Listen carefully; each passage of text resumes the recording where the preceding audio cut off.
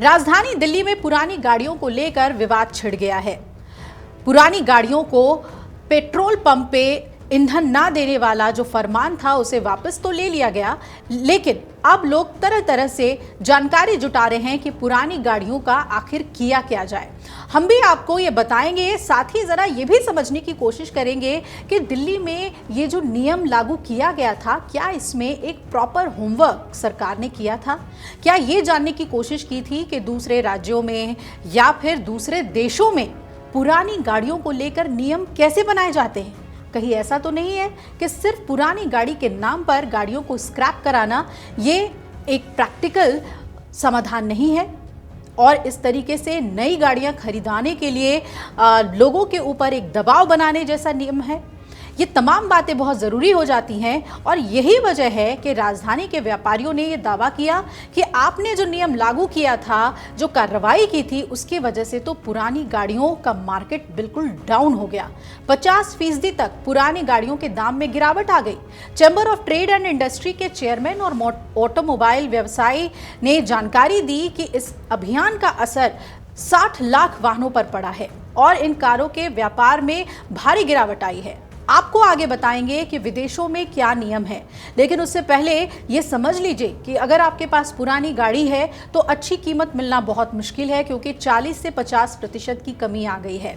Petrol पंपों पर आयु सीमा पार कर चुके वाहनों पर जब कार्रवाई की गई तो दिल्ली में अफरा तफरी मच गई। अभी भी आप देख रहे होंगे कि दिल्ली की सड़कें आपको थोड़े खाली नजर आ रही होंगी, यानी कि पुरानी गाड़ियां नहीं दिख रही हैं। दिल्ली से पंजाब, राजस्थान, यूपी, बिहार, तमिलनाडु, कर्नाटक, केरल सहित अन्य राज्यों में ये पुरानी कारें जाती हैं। करोल बाग है, प्रीत विहार, पीतमपुरा, मोती नगर, कई ऐसे इलाके हैं जहां पर 1000 से ज़्यादा व्यापारी पुरानी कारों की खरीद फरोख्त ही करते हैं और इन व्यापारियों का कहना है कि जो कार पहले 6 से 7 लाख रुपए में बिकती थी, उनके दाम अब महज 3 से 4 लाख रुपए हो गए हैं। लोगों के साथ अब एक्सपर्ट भी कह रहे हैं कि गाड़ियों को उम्र के आधार पर खत्म करना सही नहीं है। तो ऐसे में हम भी यही चाहते हैं कि आपको मालूम हो कि विदेशों में गाड़ियां कब तक चलती हैं, गाड़ियों की उम्र को लेकर वहां पर नियम क्या है और क्या देश के बाकी राज्यों में भी इसे लेकर कुछ नियम है। और ख़ास तौर पे जब हम दिल्ली की बात करते हैं तो आखिर क्यों इतने सख्त नियम बना लिए गए हैं। हम सभी चाहते हैं कि पोल्यूशन कम हो, लेकिन उसके लिए क्या कारों को सिर्फ पुराना होने के आधार पर स्क्रैप करना, सड़कों से हटाना सही फैसला है?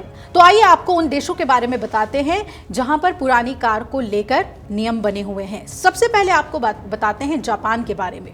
जापान खुद मैन्युफैक्चर करता है कारों को और वहां पर कारों की जो औसत उम्र है वो लगभग 8 से 9 साल है, लेकिन यहां पर अच्छी मेंटेनेंस करके आप अपनी कार 13 से 15 साल या कई बार उससे ज़्यादा समय तक भी चला सकते हैं। कुछ कारें यहाँ 20 साल या उससे भी ज़्यादा समय तक चलती हैं और यहाँ गाड़ियों को ख़त्म करने से पहले, यानी कि स्क्रैप करने से पहले, उसकी स्थिति की पूरी जांच की जाती है, यानी कि उसका हेल्थ चेक किया जाता है। अगर गाड़ी बढ़िया है, वो पोल्यूशन नहीं फैला रही है, तो आप उस गाड़ी को सड़कों पर चला सकते हैं।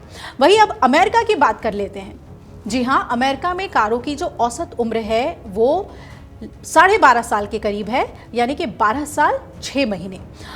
हालांकि यहाँ पर कुछ बदलाव यहाँ पर होते रहते हैं। जो प्राइवेट कार्स हैं उसकी औसत उम्र यहाँ पर 14 साल है, जबकि जो हल्के ट्रक हैं उनकी जो औसत आयु है वो 11 साल 9 महीने है। पहले कारों के लिए उम्र 11 साल थी, यानी कि इसका मतलब ये समझ लीजिए अमेरिकी लोग अपनी कारों को पहले से कहीं ज्यादा लंबे समय तक रख रहे हैं। वहीं चीन की बात करें तो यहाँ पुरानी गाड़ियों पर जो नियम है उसके मुताबिक औसत उम्र पुरानी गाड़ियों का 12 साल 9 महीने है। हालांकि गाड़ियों का पूरा फिटनेस टेस्ट यहाँ पर किया जाता है और बहुत ही कड़ा फिटनेस टेस्ट किया जाता है। मेंटेनेंस के हिसाब से ये उम्र कम या ज़्यादा हो सकती है और चीन में 10 साल से ज़्यादा पुरानी कार को पुरानी कार मान लिया जाता है। इस पर कई तरह के अतिरिक्त टैक्स भी लगते हैं। कनाडा में कारों की औसत उम्र 10 से 11 साल है और फिटनेस के आधार पर कई लोग अपनी कारों को इससे पहले बदल लेते हैं, तो कुछ लोग इससे भी ज़्यादा दिन तक रखते हैं। ब्रिटेन की बात कर लेते हैं। यहाँ पर जो कारों की औसत उम्र है वो 9 साल 4 महीने है। 2019 में ये 8 साल थी, ब्रिटेन ने इसे बढ़ा दिया। 1/3 से ज़्यादा कारें 12 साल से अधिक पुरानी हैं यहाँ पर, और यहाँ नई गाड़ी खरीदना काफ़ी महंगा होता है, इसलिए लोग अपनी गाड़ियों को बहुत अच्छे से मेंटेन करते हैं। मुंबई में राष्ट्रीय वाहन स्क्रैप नीति है। 15 साल से ज़्यादा पुरानी निजी गाड़ियों और 10 साल से ज़्यादा पुरानी कमर्शियल गाड़ियों को फिटनेस टेस्ट पास करना होता है। फेल होने पर इसे आपको स्क्रैप कराना होगा। अब बात कर लेते हैं देश के एक और महानगर कोलकाता की।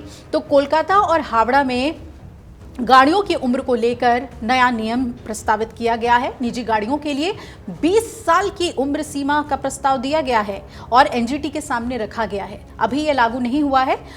इसके अलावा बेंगलुरु की बात करें तो यहाँ पर 15 साल से पुरानी गाड़ियों को फिटनेस टेस्ट पास करना जरूरी है। वहीं कर्नाटक सरकार ने ग्रीन टैक्स भी लगाया है। यहाँ कोई सख्त उम्र सीमा नहीं है, गाड़ी को आपको री रजिस्ट्रेशन कराना होता है।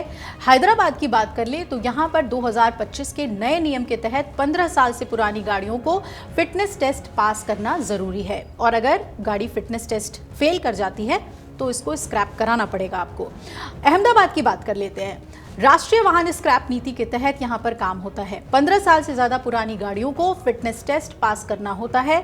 वहीं महाराष्ट्र के पुणे की भी बात कर ले तो यहाँ पर भी यही नियम है। 15 साल से पुरानी जैसी ही गाड़ियां हुई, फिटनेस सर्टिफिकेट आपको लेना होगा। री रजिस्ट्रेशन और पर्यावरण टैक्स भी देना पड़ता है।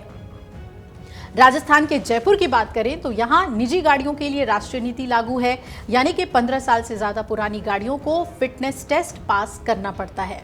तो ये हमने आपको बता दिया दुनिया भर के देशों और अपने देश में भी अलग अलग राज्यों के नियम।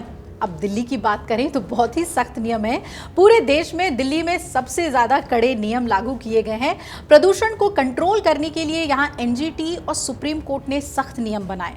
अगर आपकी डीजल गाड़ी 10 साल पुरानी है, पेट्रोल गाड़ी 15 साल पुरानी है, तो आप दिल्ली एनसीआर में आप इसे नहीं चला सकते। लेकिन अब ये बहस छिड़ गई है कि अगर गाड़ी की फिटनेस बढ़िया है तो फिर उसको स्क्रैप क्यों कराया जाए।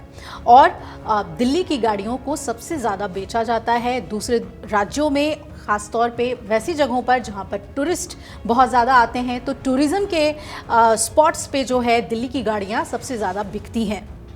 ऐसे में कुछ रियायत अगर सरकार इसमें दे तो बहुत सी गाड़ियां, जो लाखों में गाड़ियों की संख्या है, उसका सही इस्तेमाल हो सकेगा।